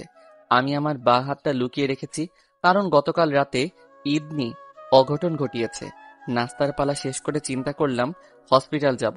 তখনই মা আমার টিনার রুমে দেখা করতে বলল, তাই মায়ের রুমে চলে গেলাম। মা আগে থেকেই আমার জন্য অপেক্ষা করছে। মা বলো, কেন রেখেছ? আকাশ, তোকে একটা জিনিস করতে হবে। কি করতে হবে মা? ইদনিকে স্কুলে ভর্তি করিয়ে দিতে হবে। কারণ দেখ বাবা, আমাদের পরিবারের সবাই কিন্তু মোটামুটি শিক্ষিত, কিন্তু ইদনি আমাদের পরিবার থেকে অনেকটা পেছনে। এই কয়দিনে মানুষজন আমায় বেশ কয়বার ইদনির বিষয়ে জিজ্ঞেস করেছে। আমি তাদেরকে জবাব দিয়েছি যে সে ক্লাস 10-এ পরীক্ষা দিবে এবার। ঠিক আছে মা, আমি তাকে নিয়ে গিয়ে দিয়ার স্কুলে ভর্তি করিয়ে দিব। তাড়াতাড়ি করিস, কারণ পরীক্ষার কিন্তু আর বেশি দিন নেই। মায়ের রুম থেকে কথা বলা শেষ করে হসপিটালে চলে আসলাম। হাতে আবার 2 সেলাই পড়েছে। হসপিটাল থেকে ফিরে বাসায় চলে আসলাম। পরের দিন সকালবেলায় ইদনিকে বললাম রেডি হতে, কিন্তু সে আমার কথার গুরুত্ব না দিয়ে চুপচাপ বিছানায় বসে আছে। কি হলো ইদনি, আমার কথা শুনতে পাওনি তুমি? তোমায় না আমি রেডি হতে বলেছি? কেন, আমার রেডি হওয়া দিয়ে তোর কাজ কি? তোমায় নিয়ে গিয়ে দিয়ার স্কুলে এডমিশন করাবো, তো তাড়াতাড়ি রেডি হও। আকাশের কথা শুনে ইদনি এক লাফ দিয়ে বিছানা থেকে নেমে গেল। পরে সে ব্যাগ থেকে কাপড় বের করে চটজলদি ওয়াশরুম থেকে গিয়ে রেডি হয়ে আসলো। আকাশ ইদনির আচরণে বেশ হতবাক। তখনই ইদনি এসে আকাশকে বলে, চলেন, আমি রেডি। আচ্ছা ইদনি, তোমার এই অদ্ভুত আচরণের মানেটা আমি বুঝলাম না। আমার কোন আদেশ পালন করা তো দূরের কথা, তুমি তো আমার কথারই ঠিকঠাক উত্তর দাও না। কিন্তু এখন কি এমন হলো যে লাফিয়ে রেডি হয়ে গেলে? কারণ আমার স্বপ্ন আমি অনেক পড়ালেখা করব, কিন্তু কপাল খারাপ দেখে তার হয়ে ওঠেনি। কিন্তু এখন সেই অপরচুনিটিটা এসেছে, তাই আর কি চটজলদি রেডি হয়ে আসলাম। তার মানে তোমারও পড়ালেখা করার ইচ্ছে আছে? হুম। ঠিক আছে, চলো। তারপর ইবনিকে নিয়ে গিয়ে দিয়ার স্কুলে 10ম শ্রেণীতে ভর্তি করিয়ে দিলাম। মেয়েটার চোখে মুখে খুশির জোয়ার বইছে, কিন্তু সমস্ত প্যারা আমার সহ্য করতে হয়েছে। কারণ 9ম শ্রেণী বাদ দিয়ে 10ম শ্রেণীতে কেউ কাউকে হুট করে ভর্তি করানো যাবে না। কিন্তু প্রিন্সিপাল আমায় খুব ভালো করে চিনে, অনেক ভালো সম্পর্ক রয়েছে আমার পরিবারের সাথে, আর সেই সম্পর্কটা বাবার মাধ্যমে হয়েছে। তাই তিনি প্রথমে আপত্তি করলেও পরে আর করেনি। ইবনিকে অ্যাডমিশন করিয়ে এনে বাসায় নামিয়ে দিলাম। পরে আবার গাড়ি নিয়ে অফিসের জন্য রওনা হলাম, কারণ অফিসে আজ বহুদিন ধরে যাওয়া হচ্ছে না। আজ একটু গিয়ে অফিসের হাবভাব দেখে আসি। অফিসে আসতেই দেখি বিশাল এক সমস্যা হয়ে আছে অফিসে, কারণ কিছুদিন ধরে নাকি ম্যানেজার অফিসে আসছে না, তাই সবার কাজের 12টা বেজে আছে। তাই বাসায় ফোন দিয়ে অফিসে আছি সেই খবর জানিয়ে দিলাম। তারপর নিজেই সবার সমস্যা সমাধান করে দিলাম। বিকেল হয়ে গিয়েছে, সবকিছু গুছিয়ে দিতে দিতে অফিস ছুটির সময় চলে এসেছে। সবাই যে যার মতন বাড়ির উদ্দেশ্যে রওনা হয়েছে। আমিও গাড়ি নিয়ে বাড়ির উদ্দেশ্যে রওনা হয়েছি। কিন্তু একটা জিনিস লক্ষ্য করলাম যে আমার পিছন পিছন একটা গাড়ি আসছে। সে বেশ কিছুক্ষণ ধরে আমার পিছু নিয়েছে। আমি গাড়ি এক সাইডে করে রাস্তায় পাশে দাঁড়ালাম। আমার দাঁড়িয়ে পড়া দেখে সেই গাড়িটা ইউটার্ন নিয়ে উল্টো রাস্তা ধরে চলে গেল। তারপর আমি আবার গাড়ি স্টার্ট করে নিয়ে বাসার উদ্দেশ্যে রওনা হলাম। তখনই পকেটে থাকা ফোনটা বেজে উঠল। গাড়ির গতি কমিয়ে দিয়ে পকেট থেকে ফোনটা বের করলাম। রকি ভাই ফোন দিয়েছে। হ্যাঁ রকি ভাই, কি খবর? এই তো আলহামদুলিল্লাহ। আপনার কি খবর? আমারও চলছে আলহামদুলিল্লাহ। ভাই, একটা ব্যাড নিউজ আছে আপনার জন্য। কি ব্যাড নিউজ? আন্ডারওয়ার্ল্ডের অনেক কজন মাফিয়া মিলে আপনাকে এবং আপনার সমস্ত ছেলেপেলেকে মেরে ফেলা ষড়যন্ত্র করেছে, কিন্তু কারা এর পেছনে আছে তা আমি জানি না। রকি ভাইয়ের কথা শুনে মাথায় পুরো বাজ পড়ল মতন অবস্থা। কিন্তু কেন রকি ভাই? আমি তো আন্ডারওয়ার্ল্ডের সাথে যুক্ত নেই, তাহলে কিসের শত্রুতা আমার সাথে? সেটাই তো বড় সমস্যা, যে আপনি আন্ডারওয়ার্ল্ডের সাথে যুক্ত নেই, তাই তো সবাই আপনার পেছনে লেগেছে। কিন্তু কেন? কারণ অনেকেই চায় যে আপনার দেশে হস্তক্ষেপ করতে, কিন্তু আপনি থাকলে সেটা কখনোই সম্ভব নয়। কারণ আপনি কোনো কিছুতে না থাকলেও আপনি তাতে বাধা দেবেন, আর এটা সবাই জেনে গেছে। তাই আপনাকে শেষ করে দেওয়ার চক্র করছে তারা। ভাই, আন্ডারওয়ার্ল্ডের মধ্যে শুধু আপনার সাথে সম্পর্ক রয়েছে আমার, তাছাড়া তাদের আগামাথাও কিছু জানি না আমি। তাহলে আন্ডারওয়ার্ল্ডের লোকেরাই কেন আমার পিছনে লাগলো? ভাই, সেটা আমারও অজানা, তবে যতদূর জানি এর পেছনে অন্য কেউ রয়েছে, আর সেই অন্য কেউটাই আন্ডারওয়ার্ল্ডের লোকদের টাকা খাইয়ে এসব করতে। তবে আমি সঠিক বলতে পারবো না যে সে কে। ঠিক আছে রকি ভাই, আমিও দেখছি কার এত ক্ষমতা যে আমায় মারবে। হ্যাঁ, তারা মাফিয়া হতে পারে, কিন্তু আমার দেশে এসে আমার উপরে বাহাদুরি করবে সেই ক্ষমতা তাদের নেই। তা হয়তো নেই, কিন্তু তারা সর্বোচ্চ চেষ্টা করবে। তো আপনি একটু সাবধানে থাকবেন, আর কোনো ধরনের সমস্যা হলে আমায় জানাবেন। আমি পাকিস্তান থেকে আপনাকে সাহায্য করব। ধন্যবাদ রকি ভাই। ভাই, ভালো থাকবেন। আপনিও। রকি ভাইয়ের সাথে কথা শেষ করে জোরে গাড়ি টেনে বাসায় চলে আসলাম। মাথা পুরো জ্যাম খেয়ে আছে রকি ভাইয়ের কথা শোনার পর থেকে। চুপচাপ রুমে চলে আসলাম। রুমে এসে দেখি ইবনি আয়নার সামনে দাঁড়িয়ে দাঁড়িয়ে চুল আঁচড়াচ্ছিল। সে আমায় দেখতে পেয়ে চিরুনিটা টিক্কা দিয়ে আমার গায়ে মেলা মারল। পরে সে তেড়েফুঁড়ে এসে আমার চুল টেনে ধরল। ইবনি, কি করছো কি তুমি? তুই এতটা সময় কোথায় ছিলি? অফিসে গিয়েছিলাম। এখন কিসের তোর অফিস? হ্যাঁ, তুই যে বিয়ে করেছিস সেটা কি তোর মাথায় নেই? হ্যাঁ আছে, আর তুমি আমার চুল ছাড়ো। না, আমি ছাড়বো না, কারণ তুই আমায় রেখে এতটা সময় অফিসে কি করছিলি? আরে আজব তো, কি শুরু করলে তুমি? হ্যাঁ, তোমার সাথে আমার কিসের কি যে বাড়িতে পড়ে থাকতে হবে আমার? তুমি তো আমার স্বামী হিসেবেই মানো না, তাহলে এতটা হাইপার হচ্ছ কেন এই বিষয় নিয়ে? কারণ আমার একা থাকতে বোরিং লাগে। তুমি একা কোথায়? বাসায় তো সবাই আছে। না, তা আছে, কিন্তু কথাবার্তা তো তোর সাথেই বেশি হয় আমার। আর তোর সাথেই বেশি মিশেছি আমি। তো তোকেই আমার কাছে থাকতে হবে সব সময়। আমি তোকে স্বামী হিসেবে মানি আর না মানি, তুই সব সময় আমার চোখের সামনেই থাকবি। হ্যাঁ, আমার তো আর কাজ নেই যে সারাদিন তোমায় নিয়ে পড়ে থাকবো। আকাশের কথায় ইদনি অনেক রেগে যায়। ইদনি আকাশের চুল ছেড়ে দিয়ে তাকে সজোরে একটা ধাক্কা মারে, যার ফলে আকাশ বিছানার উপরে গিয়ে আছড়ে পড়ে। আর ইদনি গিয়ে আকাশের গায়ের উপরে উঠে বসে। পরে সে আকাশের ঠোঁটের মধ্যে জোরে একটা কামড় বসিয়ে দেয়, যার ফলে আকাশের ঠোঁটে প্রচন্ড লাগে। কিন্তু সে কোনো ধরনের রিয়াক্ট না করে ইদনির দিকে চোখ পাকিয়ে তাকিয়ে থাকে, কারণ সে কোনোদিনও কল্পনা করেনি যে ইদনি তার এমন জায়গায় কামড় বসাবে। আকাশ অবাক দৃষ্টিতে ইদনির দিকে তাকিয়ে থাকে। কিছুক্ষণ পর ইদনি তাকে ছেড়ে দিয়ে দূরে সরে যায়। এবার আকাশ ইদনিকে বলে, ইদনি, কি ছিল এটা? তোর শাস্তি। ঠিক আছে, কিন্তু ঠোঁটে কামড় কেন?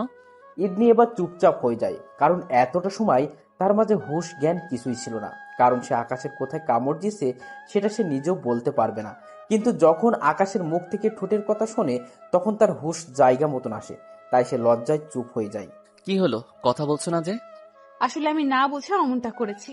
আর তাছাড়া আপনাকে আঘাত করার সময় আপনার ঠোঁটটাই সর্বপ্রথম আমার চোখের সামনে এসেছে, তাই বেখেয়ালি ভাবে ঠোঁটেই কামড় দিয়ে বসেছি। আর বেখেয়ালি হওয়ার কারণটা হলো আপনার উপরে অতিরিক্ত মাত্রায় রাগ উঠেছে আমার। কারণ কেন, আপনি আমায় একা বাসায় রেখে এতটা সময় বাসার বাইরে থাকবেন। তা ঠিক আছে, তোমার তীব্র রাগের কারণে তুমি আমার ঠোঁটে কামড় বসিয়েছো, কিন্তু হঠাৎ তুই থেকে আপনি হয়ে গেলাম কি করে? নাকি কাহিনীটা কি একটু বলবে? না না, কিছু না, এমনি আপনি রাখছি। ও ঠিক আছে, সমস্যা নেই, কিন্তু সামনের বার থেকে আমায় আঘাত করার আগে কোথায় আঘাত করছো সেটা দেখে শুনে করবে। ইদনি আর কোনো কথা বলে না, মাথা নামিয়ে চুপচাপ আকাশের থেকে কিছুটা দূরে বসে আছে। আর আকাশও কিছু বলে না।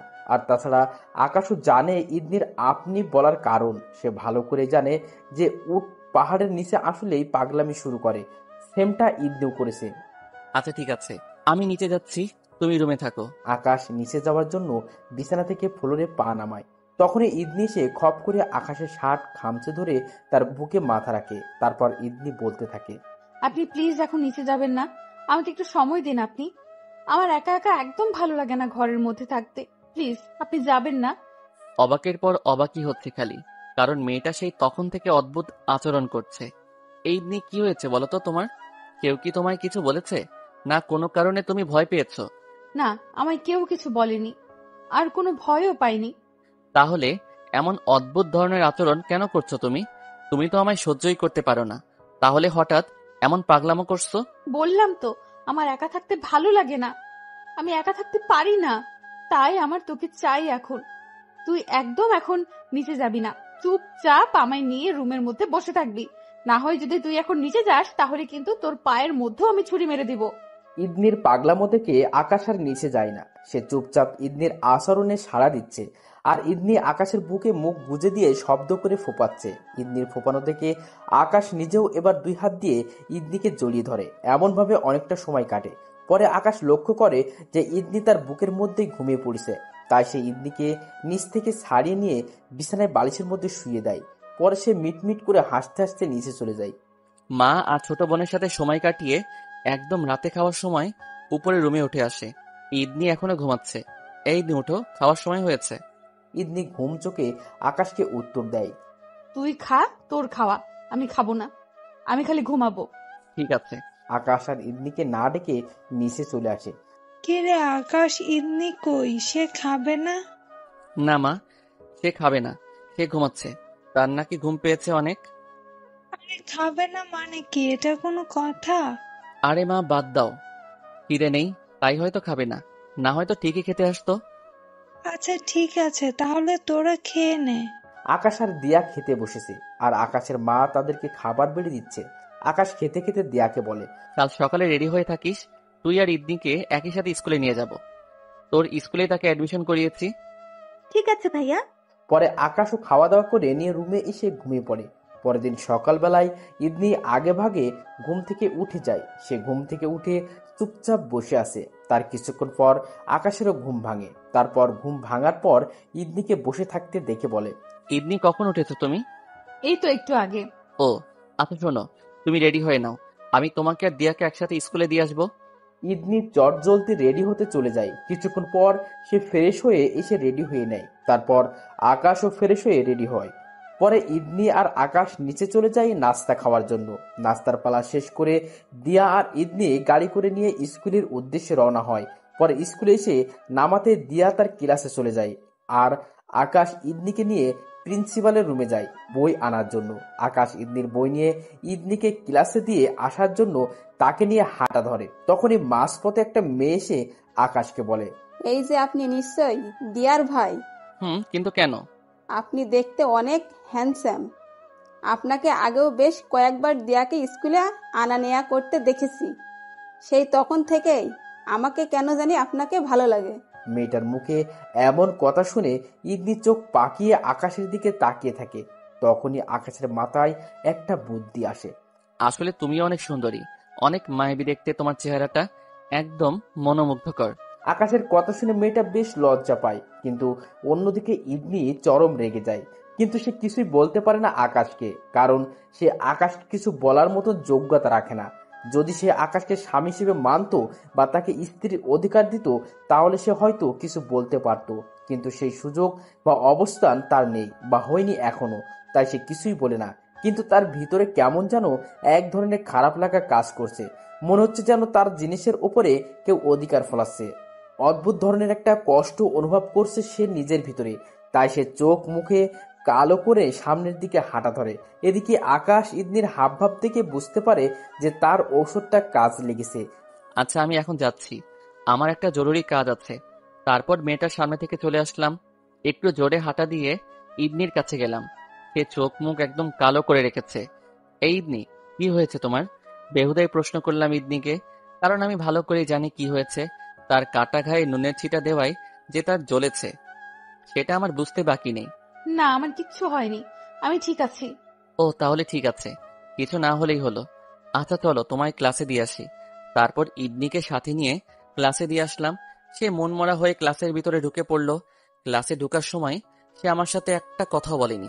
আমি আশা করেছিলাম সে আমায় কিছু একটা বলবে, বাট সে চুপচাপ ক্লাসে ঢুকে পড়েছে। যা কি আর করার। তারপর সেখান থেকে গাড়ি নিয়ে নিজের কলেজের উদ্দেশ্যে রওনা হলাম। কিন্তু মাঝপথেই 4-5টা গাড়ি এসে আমার পথ আটকায়। আমি গাড়ির সামনেও নিতে পারছি না, পিছনেও যেতে পারছি না, মধ্যখানে আটকে গেছি আমি। তখনই আমার পথ আটকানো গাড়িগুলোর ভিতর থেকে অনেক কয়জন লোক অস্ত্র হাতে নিয়ে বেরিয়ে আসে। পরে তারা আমার গাড়ির সামনে এসে আমার দিকে অস্ত্র তাক করে চতুর্পাশ থেকে আমাকে ঘিরে ফেলে। কি করব ভেবে পাচ্ছি না। তাড়াতাড়ি ফোনের লোকেশন অন করে জায়গা মতন একটা মেসেজ পাঠিয়ে দিলাম। তখনই সেই লোকজনগুলা ইশারায় আমাকে গাড়ির কাজ খুলতে বলে। আমি চুপচাপ তাদের কথা মতন গাড়ির কাজ খুলে দিলাম। তখনই একজন এসে আমার গলায় গুলি ঠেকিয়ে ধরে গাড়ি থেকে বের হতে বলে। অপারক হয়ে তাদের এই কথাটাও মেনে নিতে হলো আমাকে। গাড়ি থেকে নামতেই তারা আমাকে টেনে হেঁচড়ে তাদের গাড়িতে ওঠায়। পরে আমার চোখে কালো কাপড় বেঁধে দেয়। যখন তারা আমার চোখ থেকে কালো কাপড় খুলে, তখন নিজেকে আবিষ্কার করলাম একটা বন্ধ ঘরের মধ্যে। তাদের সবার মুখের মধ্যেই মাস্ক, কারোর চেহারাই দেখা যাচ্ছে না। তারা আমায় ধরে দড়ি দিয়ে একটা চেয়ারের সাথে হাত পা বেঁধে ফেলে। এই তোমরা কারা, আর আমাকে এখানে কেন এনেছো? আমরা তোর জম, আর তোকে এখানে এনেছি মারার জন্য। ও, ভালো কথা, তো মেরে ফেলো আমায়। না, এত সহজে না। আমাদের ম্যাম আসছে, তারপর তোকে কিভাবে মারবে সেটা তিনি ডিসাইড করবে। আমাদের কাজ হচ্ছে তোকে উঠিয়ে আনা, তাই তোকে আমরা উঠিয়ে এনেছি। আর কিছুই বললাম না, চুপচাপ হয়ে বসে আছি। তারা আমায় বেঁধে রেখে অন্য রুমে চলে গেছে। তখনই আমার নজর গেল একটা টি টেবিলের উপরে, যেটা আমার থেকে কিছুটা দূরে রাখা। আর সেই টি টেবিলটার উপরে নজর পড়তেই বমি চলে আসলো, কারণ সেখানে 2টা কাটা হাত রক্তমাখা অবস্থায় কে যেন রেখে দিয়েছে, যার থেকে বাজে একটা স্মেল ছড়াচ্ছে রুমের মধ্যে। আর হাতগুলো দেখতেও বেশ জঘন্য লাগছিল। আমি দাঁত মুখ খিঁচুনি দিয়ে বসে আছি। তখনই তাদের থেকে একজন রুমে আসে আমায় দেখার জন্য। কিরে, আসিস তো তুই? তোরা অতিরিক্ত প্রস্তাবী, তোরা জানিস না যে তোরা কোথায় হাত দিয়েছিস। এই বেটা, একদম কথা কম। আর আমরা কোথায় হাত দিয়েছি তা আমাদের জেনে লাভ নেই। ম্যাম অর্ডার করছে তোকে তুলতে, তাই তোকে তুলে এনেছি।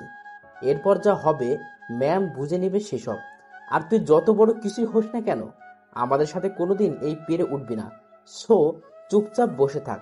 ম্যাম হয়তো চলেই আসবে আর কিছু সময়ের মধ্যে। তারপর উপরে টিকিট কেটে দিলে চুপচাপ উপরে চলে যাস। আমাকে উপরে পাঠানোর চক্করে যেন তোদেরকেই উপরে যেতে না হয়, সেই দিকটা একটু ভালো করে লক্ষ্য রাখিস। আকাশের কথা শুনে তার রুমে আসা মানুষটা প্রচন্ড ক্ষেপে যায়, যার ফলে সে আকাশের কলার চেপে ধরে আর আকাশকে বলে, এই বেটা, গলাবাজি একদম কম। তুই হয়তো আমাদের সম্পর্কে এখনো ভালো করে জানিস না। শোন, মানুষকে মারার জন্য আমাদের কোনো অস্ত্রের প্রয়োজন হয় না। আমরা চাইলে আমাদের ধারালো দাঁত দিয়ে মানুষকে শেষ করে দিতে পারি, আর তুই কিনা আমাদের সাথে এসে বাহাদুরি করছিস। আকাশ লোকটার কথায় কিছু না বলে একটা হাসি দেয়। তখনই সেখানে গোলাবাজি শুরু হয়ে যায়। ফরিদ অনেক ছেলেপিলে নিয়ে আকাশকে বাঁচাতে এসেছে। আকাশ তখন লোকেশন অন করে ফরিদকে মেসেজ করেছিল। আকাশকে কিডন্যাপ করা লোকজন এত ছেলেপিলে দেখে আকাশকে রেখে অন্য রাস্তা ধরে পালিয়ে যায়। ফরিদ ছেলেপিলে নিয়ে এসে আকাশকে উদ্ধার করে। ভাই, কিভাবে কি হলো? তাদের এত বড় কলিজা যে তারা আপনাকে উঠিয়ে এনেছে? আমিও সেটাই ভাবছি, যে ওরা কার পাওয়ারে এত উড়াউড়ি করছে। ভাই, হয়তো এইসবের পিছনে বড় কারোর হাত রয়েছে। আন্ডারওয়ার্ল্ডের লোকজন জড়িত এর সাথে। কি? তাহলে এখন কি করব ভাই? কি আর করব, ধরে ধরে সব কয়টাকে কুপিয়ে মারবো। তারা যত বড় শেয়ানাই হোক না কেন, মনে রাখিস এটা আমাদের দেশ, আর এই দেশে ভিনদেশি কোনো মাফিয়ার পাওয়ার চলবে না। ভাই, সে না হয় চলবে না, কিন্তু এখন এদেরকে কি করবেন? ওদের একটাকে ধরতে পারলেই বাকিদের খবর পেয়ে যাব। তোরা কিছু সময় এখানে অপেক্ষা কর, কারণ তারা কোন ম্যাম আসার কথা বলছিল, দেখি সে আসে কিনা। অবশ্য আসবে না জানি, কারণ তারা হয়তো এত সময়ে তাদের ম্যামকে ইনফর্ম করে দিয়েছে। তাও একটু অপেক্ষা করি ভাই।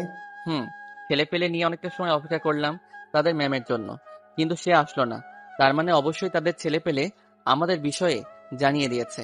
এই ফরিদ, চল এখান থেকে, আমার মনে হয় সে আসবে না। ভাই চলেন, কারণ আমারও মনে হচ্ছে তাদের লিডার আসবে না। সবাইকে নিয়ে সেখান থেকে চলে এলাম। তারপর ফরিদকে বললাম ছেলেপেলেকে সবসময় সাথে সাথে রাখতে। পরে আমি বাসার জন্য রওনা হলাম।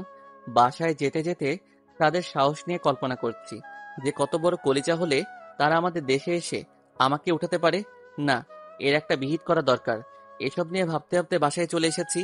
ঘড়ির কাঁটা 12টা ছুঁই ছুঁই। ঘরের দরজায় বাড়ি দিতেই দিয়া এসে দরজা খুলে দিল। কিরে, তুই বাসায় কখন এলি? তোদের ক্লাস না একটা শেষ হয়? আর ইদনি কোথায়? একটাই শেষ হয়, কিন্তু ইদানিং ভাবির নাকি ক্লাস করতে ভালো লাগছিল না, তাই ভাবিকে নিয়ে চলে এসেছি। তো সে কোথায় এখন? রুমে আছে। পরে নিজের রুমে চলে এলাম। রুমে এসে দেখি ইদনি অন্য পাশ ফিরে বিছানায় শুয়ে আছে। বিছানার কাছে গিয়ে ইদনিকে ডাক দিলাম, এই ইদনি, কি হয়েছে তোমার? ইদনির কোনো জব নেই। আকাশ আবার তাকে জিজ্ঞাসা করে, এই ইদনি, কি হয়েছে তোমার? তুমি নাকি ভালো লাগছে না বলে ক্লাস থেকেও চলে এসেছো। তোমার কি শরীর টরীর খারাপ করেছে নাকি? ইদনির এবার কোনো জবাব নেই। ইদনির কোনো সারা শব্দ না পেয়ে আকাশ তাকে হাত দিয়ে নাড়া দেয়। তখন ইদনি লাল লাল চোখ নিয়ে আকাশের দিকে ঘুরে তাকায়। আকাশ তার চাহনি দেখে ভ্যাবাচাকা খেয়ে যায়, কারণ ইদনির দুই চোখ দিয়ে টুপ টুপ করে পানি পড়ছে। তার উপরে আবার তার চোখ জোড়া অগ্নি শিকার মতন লাল হয়ে আছে। ইদনি, কি হয়েছে তোমার? কান্না করছো কেন তুমি? এবার ইদনি জবাব দেয়, না, কিছু হয়নি, আমি ঠিক আছি। না, এটা বললে তো হয় না। তোমার চোখের পানি দেখে স্পষ্ট বোঝা যাচ্ছে যে কিছু তো একটা হয়েছে। এবার চরম রেগে যায়। এই, আমার কিছু হলে তোর সমস্যা কি? তোর তো কোনো সমস্যা হওয়ার কথা না। তুই এত মাতব্বরি না করে নিজের কাজ কর গিয়ে। আরে ইদনি, তুমি খামোখা রেগে যাচ্ছ কেন? আমি খামোখা রাগ করছি, তাই না? তোর কথা অনুযায়ী আমার রাগের কোনো কারণ নেই। আরে খামোখা রাগ করো আর যাই করো, কিন্তু কি জন্য রাগ করেছো সেটা তো বলবে। তোর আসলে শরীরটাই বড় হয়েছে, মানুষের মন বোঝার ক্ষমতা আল্লাহ তোকে দেয়নি। আরে আজব তো। এই, তোর আজবের গুষ্টি মারি। তুই আমার চোখের সামনে থেকে দূর হ, আমার চোখের সামনে আসবি না একদম। ঠিক আছে, আমি চলে যাচ্ছি। রুম থেকে বেরিয়ে আসলাম, কিন্তু ইদনির এমন দ্বারা অদ্ভুত আচরণ দেখে আমার ভিতরে কোনো কৌতূহলই কাজ করছে না। কারণ তার অদ্ভুত আচরণের আসল রহস্যটা কি সেটা আমার জানতে বাকি নেই। তার অদ্ভুত আচরণের কারণ হলো তার স্কুলের মেয়েটার সাথে রসিকতা করা, কিন্তু তার ভিতরে অন্য একটা জিনিস আমাকে ভাবাচ্ছে যে ইদনি তো আমায় ভালোবাসে না বা আমায় সহ্যই করতে পারে না। তাহলে অন্যের সাথে রসিকতা করায় সে কেন এতটা হাইপার হচ্ছে? দূর, যাই হবে হোক, সে আমার সাথে কেমন আচরণ করবে সেটা তার ব্যাপার। সেসব নিয়ে আমি কখনোই মাথা ঘামাবো না। দুপুর হয়ে এসেছে, আবার রুমে এসে ইদ্দিকে খাওয়ার জন্য ডাক দিলাম, কিন্তু সে সোজা বাংলায় না করে দিল যে সে খাবে না। দুপুর পেরিয়ে রাত হয়ে এসেছে, এর মধ্যে আমি আর তার সামনে আসিনি। সারাটা দুপুর সে রুমেই কাটিয়েছে। সিদ্ধান্ত নিলাম রাতেও খাবারের জন্য জোর করব না তাকে। যখন তার পেটে টান পড়বে তখন এসে সে আপনা আপনি খাবে। কিন্তু মা তা হতে দিল না। রাতের বেলায় খাবার নিয়ে গিয়ে নিজের হাতে ইদনিকে খাইয়ে দিয়েছে। মা ইদনিকে খাইয়ে দিয়ে নিচে এসে আমায় এক গাদা প্রশ্ন ছুড়ে মারল। আকাশ, ইদনি কান্না করছিল কেন তাকে খাইয়ে দেওয়ার সময়? কি করেছিস তুই ওর সাথে? কি করব আমি আবার তার সাথে? কিছু তো একটা করেছিস, না হয় সে কান্না করছিল কেন? মা আমি তার সাথে কিছুই করিনি। আর সে কান্না করছিল কেন সেটাও আমি জানি না। তবে তুমি তো তাকে জিজ্ঞেস করতে পারতে। করেছি, কিন্তু কোনো উত্তর দেয়নি। তবে তার কান্নার ধরন আমার কাছে বেশি একটা সুবিধার মনে হয়নি। হয়তো মেয়েটা কোনো কিছু নিয়ে বেশ কষ্ট পেয়েছে। মায়ের কথা শুনে গলায় কাশি চলে এলো, কারণ তিনি ঠিকই ধরেছেন যে সে কিছু একটা নিয়ে অনেক কষ্ট পেয়েছে। কিন্তু মাকে সেটা বলা যাবে না বা বুঝতেও দেওয়া যাবে না, তাই কথা ঘুরিয়ে ফেললাম। মা, তার হয়তো বাসার মানুষের কথা মনে পড়েছে। না হয় আমাদের বাসায় তো কোনো কিছুর কমতি নেই। আর তাছাড়া আমিও তার সাথে কোনো ধরনের খারাপ আচরণ করিনি যে সে কষ্ট পাবে। তা হলেও হতে পারে। আচ্ছা শোন, তুই তার থেকে আজ রাতে একটু জিজ্ঞেস করিস যে কি হয়েছে, তার কি বাসার জন্য মন খারাপ কিনা। যদি তাই হয় তাহলে কাল সকালে তাকে সাথে নিয়ে তুই তার গ্রামে যাবি, পরে সেখানে কিছুদিন থেকে বাড়ি ফিরবি। ঠিক আছে। পরে আমিও খেয়ে দিয়ে রুমে চলে আসলাম, কিন্তু তাকে কিছু জিজ্ঞেস করলাম না, কারণ আমি জানি সে আমার প্রশ্নের কোনো উত্তরই দিবে না। তাই আর মুখ নষ্ট করলাম না। চুপচাপ বিছানায় এসে শুয়ে পড়েছি। আর সে আগে থেকেই অন্য পাশ ফিরে বিছানায় শুয়ে আছে। বিছানায় শোয়া মাত্রই আমার ঘুম চলে এসেছে। রাত বাজে 3টা। হঠাৎ কারো কান্নার শব্দ শুনে ঘুমটা ভেঙে গেল। মিট মিট করে চোখটা খুললাম। তখনই দেখি ইদনি আমার শার্ট আলতো করে খামচে ধরে বুকে মাথা রেখে ফুপিয়ে ফুপিয়ে কান্না করছে। এই দৃশ্য দেখে বুকের ভিতরটা খ্যাত করে উঠল, কিন্তু কোনো ধরনের সাড়া শব্দ করলাম না। তখনই ইদনি ফোপাতে ফোপাতে বলতে লাগলো, এই, আজ তুই কেন এমন করলি আমার সাথে? কেন তুই আমার সামনে ওই মেয়েটার সাথে রসিকতা করলি? তোর একটা বারের জন্য কি মাথায় আসেনি যে তোর এই আচরণটা আমার ভেতরটাকে ক্ষতবিক্ষত করে দিবে? তুই এতটা পাষাণ কেন? তোর জায়গায় পাষাণ তো আমার হওয়ার কথা ছিল। কিন্তু কেন জানি তোর আজকের আচরণটা আমায় অনেক আঘাত করেছে। তোর আজকের আচরণটা আমার অনিচ্ছা সত্ত্বেও কেন জানি বুকের ভেতরে কাটার মতন হয়ে বিঁধেছে। যেখানে আমি তোকে সহ্যই করতে পারি না, সেখানে কেন এমন কষ্ট হচ্ছে তুই অন্যের সাথে রসিকতা করায়? বল, কেন কষ্ট হচ্ছে? কেন আমি তোর সেই আচরণটাকে মেনে নিতে পারছি না? কেন পারছি না বল? ইদনি আকাশকে জড়িয়ে ধরে কান্না করছে আর পাগলের মতো প্রলাপ করছে। ইদনি ভেবেছে আকাশ হয়তো ঘুমের রাজ্যে হারিয়ে গেছে আর তার কোনো কথা সে শুনছে না। কিন্তু আকাশের তো বহু আগেই ঘুম ভেঙে গিয়েছে। আকাশ সেই কবে থেকে ইদনির পাগলের মতো প্রলাপগুলো শুনছে, কিন্তু ভিতরে ভিতরে তার অনেকটা খারাপ লাগছে ইদনির এমন কথাবার্তা শুনে। এদিকে ইদনি এখনো বকবক করে যাচ্ছে। আকাশ ইদনির বকবকানি থামানোর জন্য ঘুমের বাহানা করে ইদনিকে জড়িয়ে ধরে। সে এমন ভাবে ইদনিকে জড়িয়ে ধরে, ইদনি তাতে বুঝতেই পারে না যে আকাশ জেগে আছে। সে ভাবে আকাশ ঘুমের মাঝে তাকে জড়িয়ে ধরেছে, তাই সে আকাশকে বলে, দেখেছিস, আমার কষ্ট হচ্ছে দেখে তুই ঘুমের মাঝে আমাকে জড়িয়ে ধরে সান্ত্বনা দিচ্ছিস, কিন্তু বাস্তবে তুই অনেকটা নিষ্ঠুর। ইদনির এমন কথায় আকাশ ভুলেই যায় যে সে এতটা সময় ধরে ইদনির সাথে ঘুমের ভান করে নাটক করছিল। সে এবার নিজের অজান্তেই বলে ওঠে, আমি ঘুমের রাজ্য থেকেই তোমাকে সান্ত্বনা দিচ্ছি, তো তুমিও এবার কান্না থামিয়ে ঘুমের রাজ্যে হারিয়ে যাও। আকাশের কথার শব্দ শুনে ইদনি ভ্যাবাচাকা খেয়ে যায়। সে আশ্চর্যজনকভাবে আকাশের দিকে তাকিয়ে তাকে বলে, তুই ঘুমাসনি? আকাশ এবার জিভে কামড় দিয়ে বসে, কারণ সে বেকুবের মতন একটা কাজ করে ফেলেছে। এতটা সময় ঘুমের বাহানা করে আমার কথা শুনছিলি, তাই না? আকাশের আর বাঁচার উপায় নেই, সে ধরা খেয়ে গিয়েছে। আরে কে বলেছে আমি ঘুমাইনি? আমি তো ঘুমিয়েছি, আর এখনো ঘুমের মধ্যেই আছি, আর ঘুমের মধ্যে থেকেই তোমার সাথে কথা বলছি। আকাশের কথা শুনে ইদনি দাঁতে দাঁত চেপে ধরে আকাশকে বলে, শয়তান কুত্তা কোথাকার, তুই আস্ত একটা শয়তান। আমি শয়তান আর তুমি ধোয়া তুলসী পাতা। ইদনি আকাশের কথার কোনো উত্তর না দিয়ে সোজা আকাশের বুকের মধ্যে কামড় বসিয়ে দেয়। আকাশ ইদনির এমন ধারা আচরণ থেকে খিটমিট করে হাসতে শুরু করে। আকাশের হাসির শব্দ শুনে ইদনি আকাশের বুক ছেড়ে দিয়ে মাথার নিচ থেকে বালিশ উঠে নিয়ে সোজা তার মুখের মধ্যে চেপে ধরে। তারপর রাগান্বিত কণ্ঠে আকাশকে বলতে থাকে, জানোয়ার, তোকে একদম খুন করে ফেলবো আমি। একদম আসবি না তুই। আকাশ ইন্দির এমন পাগলামিমূলক আচরণ থেকে শরীর জোর খাটিয়ে মুখের উপর থেকে বালিশটা ফেলে দেয়। পরে ইন্দিকে শক্ত করে জড়িয়ে ধরে চুমু খেতে আরম্ভ করে। আর এইদিকে ইন্দি আকাশের ঠোঁটের উষ্ণ ছোঁয়া পেয়ে পুরোপুরি শান্ত হয়ে যায়। সে যেন পাগলামি বন্ধ করার মেডিসিন পেয়েছে। আকাশের মেডিসিনের কার্যকারিতা তার উপরে এত পরিমাণ প্রভাব ফেলে যে সে পাগলামের রাজ্য ছেড়ে অন্য কোনো রাজ্যে গিয়ে পাড়ি জমায়। ইন্দি চুপচাপ আকাশের স্পর্শ অনুভব করছে। অবশ্য সে চুপচাপ থাকলেও তার ভিতরটা টর্নেডোর মতন উতাল পাতাল করছে। সে যেন নিজের ভিতরটাকে কোনোভাবেই শান্ত করতে পারছে না। তখনই আকাশ তাকে ছেড়ে দেয় আর বলে, এবার ঘুমিয়ে পড়ো। ইদনি চুপচাপ আকাশের কথা মেনে নেয়। সে চোখ বন্ধ করে শুয়ে আছে, কিন্তু তার ভিতর থেকে মাতাল প্রবাহ এখনো পুরোপুরি বের হয়নি। এখনো তার ভিতরে আকাশের স্পর্শের রেশ রয়ে গিয়েছে। সে মনে মনে চিন্তা করে, কে আমি?